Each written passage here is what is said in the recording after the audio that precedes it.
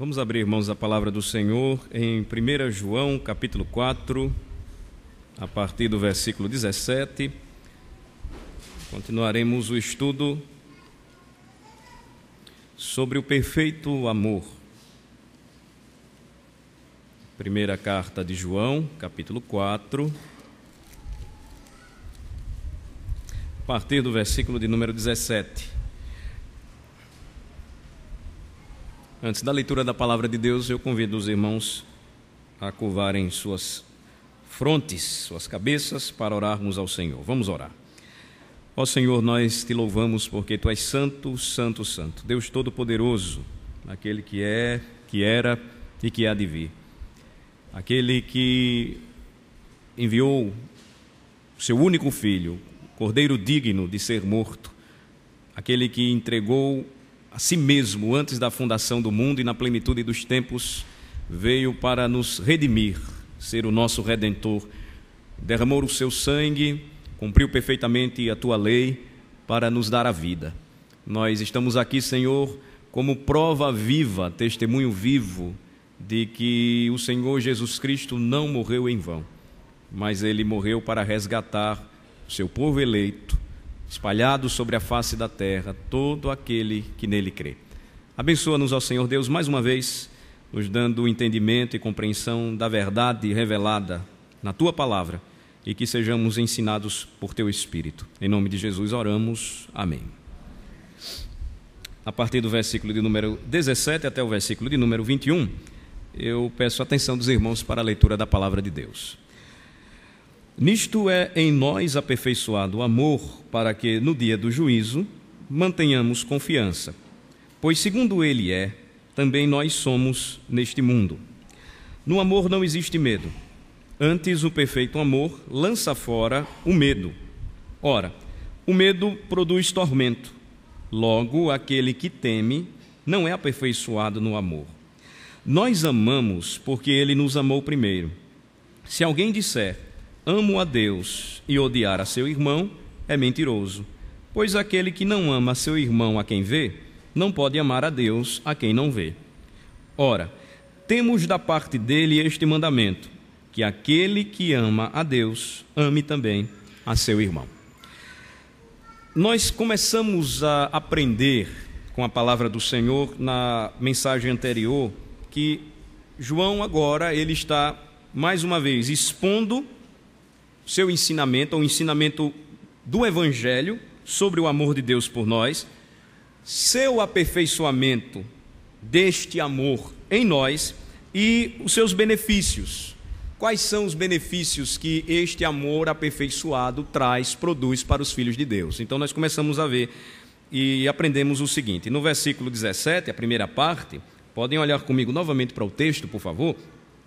Nós aprendemos que este amor aperfeiçoado em nós traz confiança no dia do juízo. João começa dizendo no versículo 17: nisto é em nós aperfeiçoado o amor.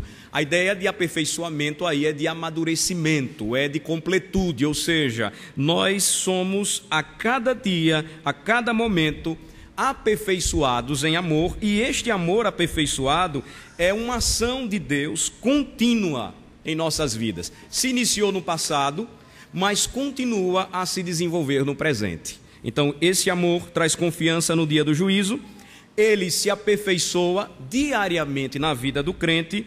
E por que tudo isso? Vejam a continuidade aí do versículo de número 17. Para que no dia do juízo mantenhamos confiança. Então, João está se referindo aqui ao julgamento dos homens, no dia em que o Senhor, assentado em seu trono, julgar todas as nações. Ele não está aqui se referindo ao fato de que, em meio à perseguição, aquelas igrejas estavam sendo perseguidas. Dia do juízo se referia ao comparecimento dos cristãos aos tribunais romanos. Não, ele está fazendo uma referência ao julgamento divino sobre toda a humanidade. Então, o dia do juízo, conforme o ensinamento do nosso Senhor, será um dia grande e terrível. Um dia em que o Senhor vai separar o joio do trigo. O dia em que o Senhor separará as ovelhas dos cabritos. E o que é que ele está dizendo aqui? Ele está dizendo que, por natureza, o homem, ele teme ao juízo de Deus, mas quando ele se aperfeiçoa, ou é aperfeiçoado no amor de Deus em Cristo, esse temor ele desaparece. Porque agora ele tem uma garantia que o levará a ter coragem diante do tribunal divino. É a continuidade aí, vejam o final do versículo 17, olhem novamente comigo. Pois, segundo ele é, também nós somos neste mundo. Então, primeiro ele diz, nisto é em nós aperfeiçoado o amor, para que no dia do juízo mantenhamos confiança. E ele conclui dizendo, pois segundo ele é, também nós somos neste mundo. É uma referência clara ao nosso Senhor Jesus Cristo. A nossa confiança, a nossa coragem, ou a coragem que nós encontramos para enfrentar o juízo divino, não reside em nós mesmos.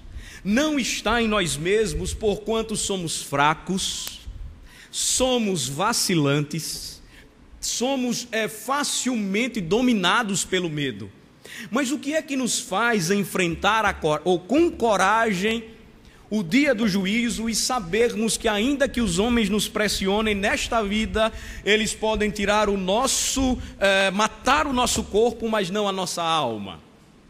Que coragem foi aquela que levou famílias, eu digo famílias, nos dias do apóstolo João, às arenas romanas, ao Coliseu romano, mulheres, homens, mas também crianças, a enfrentarem as feras cantando hinos ao Senhor, sendo devoradas ou queimadas vivas e saindo correndo pelas ruas de Roma, mas não negarem o Senhor. É esta coragem a que João se refere, que no dia do juízo o Senhor julgaria todos os homens ímpios e honraria aqueles que o honraram nesta vida e não temeram aos homens, mas temeram a Deus. Então, João ele fala sobre esta coragem e ele diz então a partir do versículo 18 aquilo que nós começamos a ver ou paramos na mensagem anterior, e eu gostaria que os irmãos lessem comigo novamente. Ele vai dizer que, primeiramente, este aperfeiçoamento, podem lembrar, se quiserem anotar também podem anotar, este perfeito amor traz confiança no dia do juízo e também lança fora o medo. Lança fora o medo. Vamos ler juntos o versículo 18? Vamos lá. No amor não existe medo. Antes, o perfeito amor lança fora o medo. Ora, o medo produz tormento. Logo, aquele que teme não é aperfeiçoado no amor. Então, João aqui, ele descreve esta atitude de confiança em contraste com o medo, dizendo, no amor, olhem novamente para o versículo 18, não existe medo, antes o perfeito amor lança fora o medo. O medo que os discípulos experimentaram quando ainda as dúvidas pairavam em seus corações, quando Jesus foi morto, agora foi dissipado, porque o Cristo ressuscitou. O medo que fazia com que eles resistissem às promessas de Deus, agora sendo aperfeiçoado, estava lançando fora os temores dos corações que habitavam nestes corações, para que se conformassem estes crentes na perfeita e soberana vontade do Senhor. E notem bem, meus irmãos, nesta relação de amor entre nós e Deus, não há lugar para o medo. Como é que eu posso provar isso para vocês? Vamos para Romanos 8,15. Deixem 1 João marcado. E vamos para Romanos capítulo 8, versículo de número 15.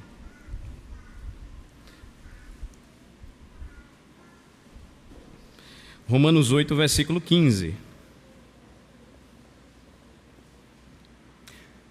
Encontraram? Vamos ler juntos, vamos lá? Porque não recebestes o espírito de escravidão para viverdes outra vez atemorizados, mas recebestes o espírito de adoção, baseados no qual clamamos Abba, Pai. Então, nesta relação de amor, amor que nutrimos, que se aperfeiçoa, que se completa, que progride ou cresce na vida cristã, por Deus, o amor que nós temos pelo Senhor, nesta relação o medo não encontra lugar. Vejam só o que o apóstolo Paulo, escrevendo aos Romanos, disse: vocês são herdeiros de Deus em Cristo, vocês são filhos por adoção, a escravidão do pecado não tem mais domínio sobre vocês, mas agora, ele diz, o Espírito que vocês receberam é o Espírito de adoção, baseados no qual clamamos Abba, Pai. O ministério do Espírito Santo, a terceira pessoa da Trindade, é algo maravilhosamente bonito, porque o Espírito é que nos conduz a Cristo, o Espírito é que nos ilumina a mente para entender a palavra, o Espírito é que intercede por nós quando nós oramos e nos ensina a orar. O Espírito nos leva a, lançando fora todo o medo, nos dirigirmos ao Pai de maneira carinhosa. E assim como nós devemos respeito aos nossos pais nesta terra, mas com todo o respeito e temor e reverência, nós podemos chamá-lo meu pai ou papai. Assim nós podemos nos dirigir ao Senhor em nossa intimidade com Ele, em nossa oração, em nosso exercício devocional, porque nós agora temos a confirmação do Espírito com o nosso Espírito, que nós somos filhos de Deus. Agora, outra passagem também que é importante, vocês precisam marcar, ela também está em 2 Timóteo, vamos para 2 Timóteo, abram comigo, 2 Timóteo, capítulo 1,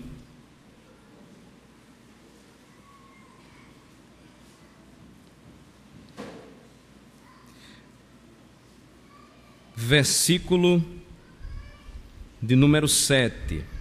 2 Timóteo, capítulo 1, versículo de número 7. Vejam só, o contexto aqui é um contexto interessante, porque o apóstolo Paulo está admoestando Timóteo, versículo 6, para que reavivasse o dom de Deus que havia nele pela imposição de suas mãos, ou seja, ele não tomou o ministério como esses profetinhas dos dias atuais que abrem uma igreja em uma garagem e que botam o nome lá de sua igreja, não.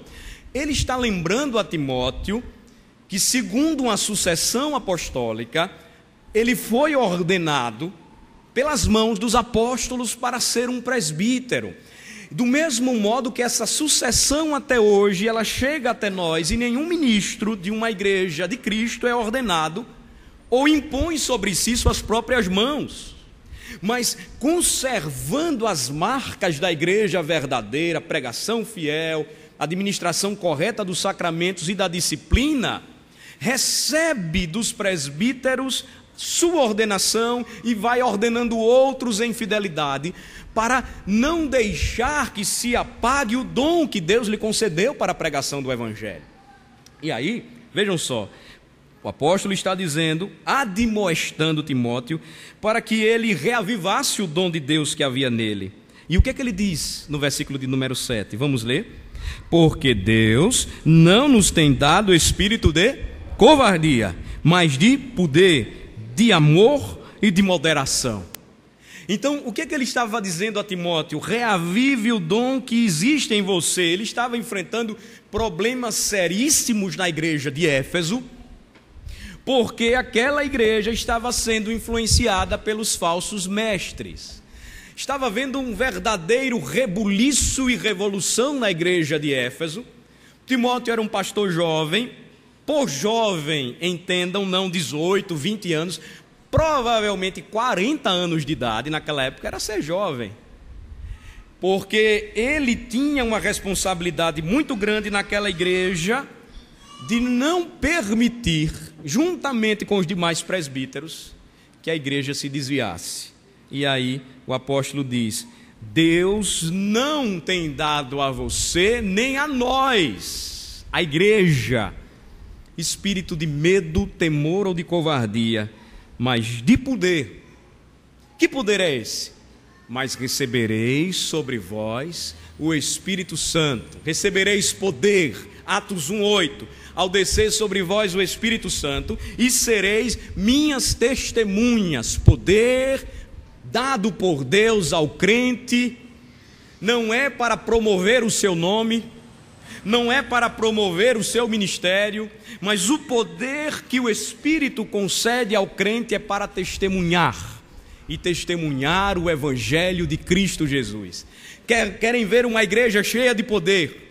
É uma igreja que, na dependência do Espírito de Deus, apenas proclama Cristo, e confiado em Cristo, assim como Spurgeon dizia, a igreja apenas abre a jaula e solta o leão. É assim o Evangelho. Ninguém precisa defender um leão, mas ele precisa abrir a jaula, ou ela, a igreja, precisa abrir a jaula. O pregador abre a jaula quando ele anuncia o Evangelho, e o leão então faz o seu estrago. O que é que ele está dizendo aqui?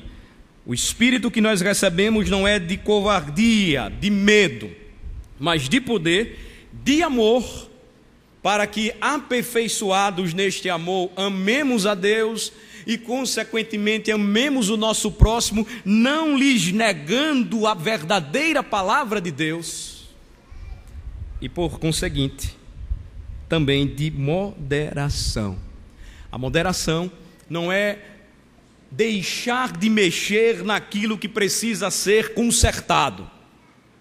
Moderação é sempre um retorno às verdades bíblicas para, anunciando o Evangelho em amor, não omitirmos a verdade, porque Deus não nos concedeu o espírito de covardia. E pasmem, irmãos, pesquisas recentes em nosso país demonstram que a grande maioria dos evangélicos brasileiros tem medo de testemunhar do Evangelho.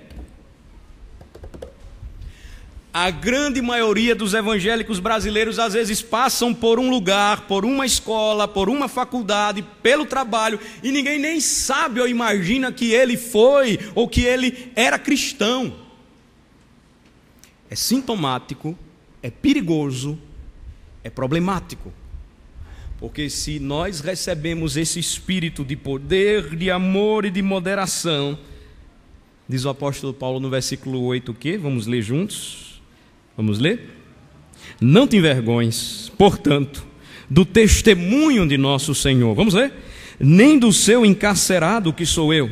Pelo contrário, participa comigo dos sofrimentos, a favor do Evangelho, segundo o poder de Deus, que nos salvou e nos chamou com santa vocação, não segundo as nossas obras, mas conforme a sua própria determinação e graça que nos foi dada em Cristo Jesus antes dos tempos eternos. E ele prossegue, quando ele continua, ele vai revelando cada vez mais a glória de Cristo. Não devemos ter medo. Se tememos ao Senhor, em sua casa temos acesso, chamamos de Pai, carinhosamente, meu Pai querido. Não podemos nos omitir, ou somos cristãos ou não somos cristãos. Não existe lugar para os nicodemitas. Na época da reforma em Genebra, Calvino não permitiu que certos homens tomassem a ceia na igreja de Genebra. Ele os chamava de nicodemitas. Sabe por quê? Porque assim como Nicodemos, eles eram agentes secretos de Cristo. Ninguém sabia que eles eram cristãos. No período da dura perseguição na Europa, quando muitos reformados estavam sendo mortos na França, eles passavam tranquilamente com as suas velas, seus crucifixos, mas no coração eles diziam: nós somos cristãos, só o Senhor sabe. Vejam só, é mais tranquilo ficar assim, Calvino. Calvino diz: vocês estão redondamente errados. Vocês precisam testemunhar sem medo, com amor, poder, mas com moderação também. Vamos voltar para 1 João. Então, nós precisamos lembrar que há uma diferença entre medo e temor, eu falei um pouco disto na mensagem passada, preciso reforçar aqui. O medo ao qual João se refere provém da consciência culpada de quem não encontrou perdão e reconciliação com Deus. E este medo é a emoção de quem espera ser castigado e receia por sua condenação. Mas o temor a Deus é bíblico. Vejam só, quem é crente e teme a Deus encontrou a verdadeira substância da religião. Porque a Escritura nos diz que nós devemos temer a Deus e guardar os seus mandamentos, porque este é o dever de todo homem. Que o cerne, o centro do Evangelho, segundo a mensagem do anjo no Apocalipse para os 144.000, está lá no capítulo 14, é temer a Deus. Então, não devemos confundir a consciência culpada de quem não encontrou perdão e reconciliação com a reverência, com o santo temor que todo crente sente e tem pelo Senhor. Mas vejam que aquela culpa, a sensação de que nós não somos perdoados, a sensação de que ainda não estamos reconciliados com Deus, isto acaba, termina, se finda na vida do crente quando ele encontra Jesus Cristo. Então, João prossegue e ele vai dizer que a causa da incompatibilidade que existe entre o amor a Deus e o medo do juízo eterno é a seguinte. Vejam aí no versículo 18, 1 João 4, versículo 18, olhem novamente comigo. Ora, o medo produz tormento. Logo, aquele que teme não é aperfeiçoado no amor. Tormento aqui é uma referência feita pelo apóstolo João a um sentimento de angústia dolorosa. É um sentimento de angústia dolorosa e ao mesmo tempo penetrante de uma mente que está convicta da punição divina. O medo aqui supõe castigo, por isso que ele é incompatível com o verdadeiro amor. Por quê? Porque quem vive atormentado diante da perspectiva de ser julgado e condenado por Deus, demonstra com esta emoção que não ama a Deus perfeitamente. Existe um momento em que o Evangelho, ele revela quem nós somos, ele apresenta a nossa natureza, ele nos coloca contra a parede e nós clamamos: tem, Senhor, misericórdia de mim. Mas quando nós começamos a perceber na pintura do Evangelho a Cristo, sua glória, o que Ele fez por nós, e nós entregamos o nosso fardo a Ele, tal como a viagem do peregrino relatada no livro de Bunyan, o fardo pesado cai, e então nós nos sentimos tão leves, tão gratos, que não existe mais medo do juízo, mas um desejo de irmos para o céu. Certa vez eu falei uma coisa aqui, eu falei algo interessante a respeito do céu e que mexeu extremamente comigo. O crente, e essa meditação, essa reflexão é importante para todos nós. O crente é a única pessoa, e por isso ela é diferente, dentre diversos aspectos também, quanto a este. O crente é o único ser humano nesta vida que sente saudades de um lugar que não conhece. E se o crente nunca sentiu saudades do céu, ele não amou verdadeiramente a Deus, porque agora o medo vai embora e o meu desejo, o meu sentimento é de recuperar ou receber do Senhor aquilo que perdi no paraíso, quando pequei contra meu Deus. Então, não há medo. O medo produz tormento, porque aquele que teme não é aperfeiçoado no amor. Então, há 4 tipos de pessoas, e um teólogo alemão chamado Bengel, ele definiu de uma maneira interessante. Ele falando sobre esta passagem, 1 João 4,18, ele diz que existem 4 tipos de pessoas. Há 4 tipos de pessoas. Aquelas que não têm temor e amor, aquelas que têm temor, mas não têm amor, aquelas que têm temor e amor, e, por fim, aquelas que não têm temor, mas têm amor.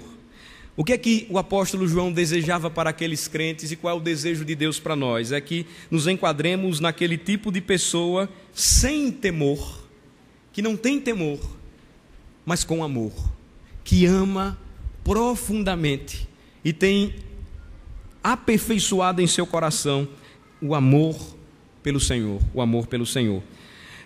João não está ensinando aqui também que este amor pode se tornar perfeito nesta vida, impecavelmente perfeito. Mas o que é que ele está dizendo aqui? Tomando o verbo aperfeiçoar, ele está nos ensinando que este amor por Deus que nós sentimos, ele pode vir a ser um amor desenvolvido, um amor maduro, um amor que está fixo em Deus, fixo em Deus.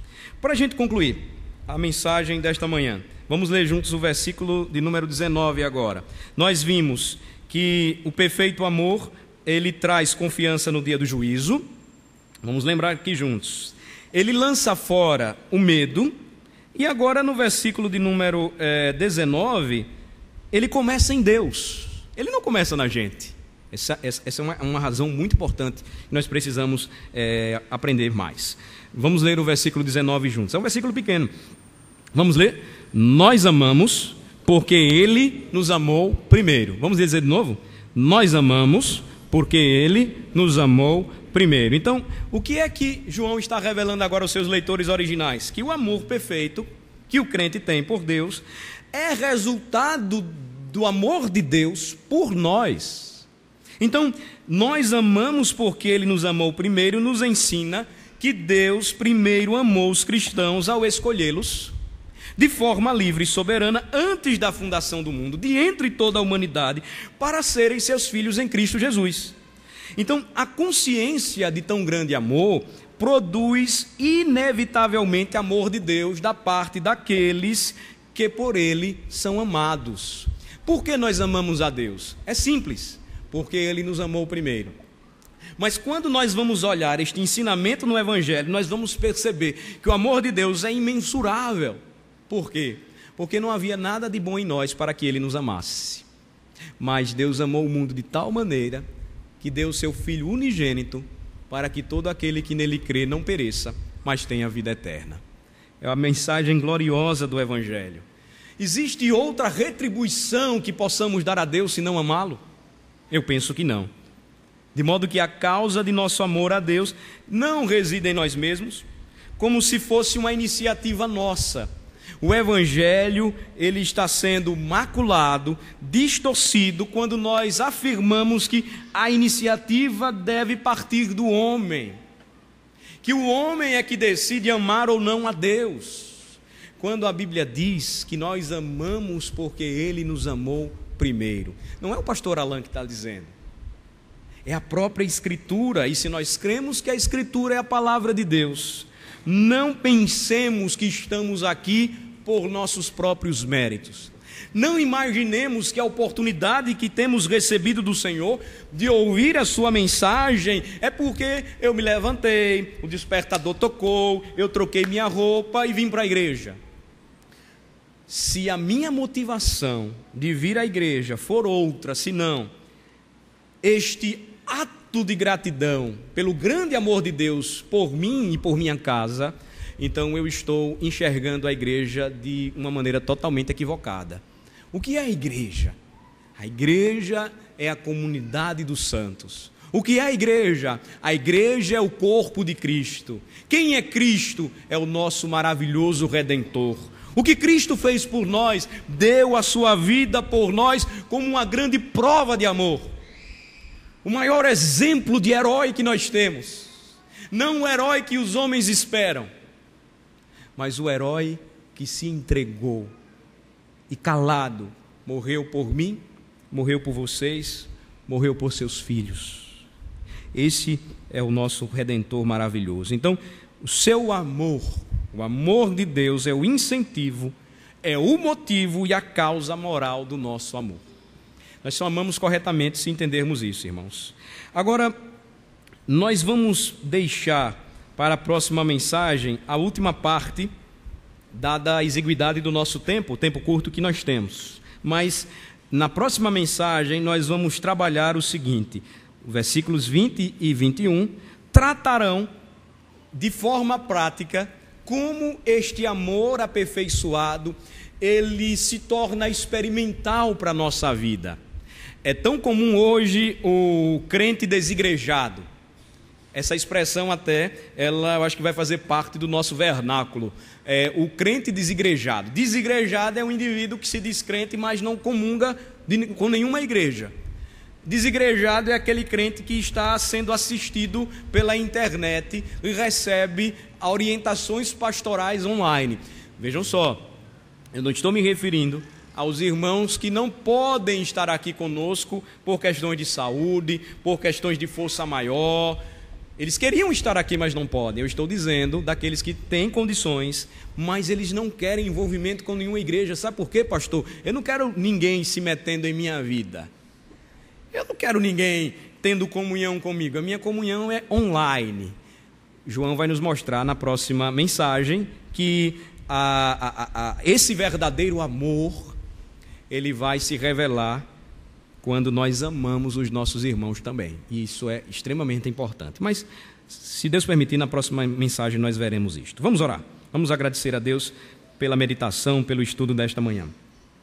Senhor, nosso Deus e nosso Pai, nós te agradecemos porque à medida em que nós somos nutridos pelo Senhor, nesta manhã de domingo, aprendemos como o perfeito amor que tens por nós traz confiança para nós no dia do juízo, lança fora todo o medo e começa em Ti, ó Pai. Eis a razão pela qual o amamos, eis a razão pela qual sentimos profundo amor e gratidão, porque estávamos perdidos e o Senhor nos achou. Porque o Senhor, desde o princípio, quando os nossos primeiros pais pecaram no Éden, e escondidos estavam, o Senhor mesmo foi ao encontro deles com profundo amor e disse: onde vocês estão? Ainda hoje, Tu tens feito com muitos de nós, todos que aqui estamos, alvos deste amor. Um dia sentimos o toque gracioso do Teu Espírito, quando falando ao nosso coração as verdades a respeito do Evangelho, nos fez a mesma pergunta: onde estás? E revelando profundo amor, nos conduzindo até o Senhor, nos transformastes em Teus filhos, tirando de nós todo o medo, espírito de covardia. O Senhor nos fez crentes, testemunhas. Abençoa, Senhor, o Teu povo, e que neste dia o nosso coração se alegre, se regozije, que os nossos temores sejam lançados fora, abaixo ao pânico, abaixo ao medo, abaixo aos temores que temos dos homens. Confiemos em Ti, depositemos a nossa vida aos Teus pés, Senhor, entreguemos o nosso coração diariamente.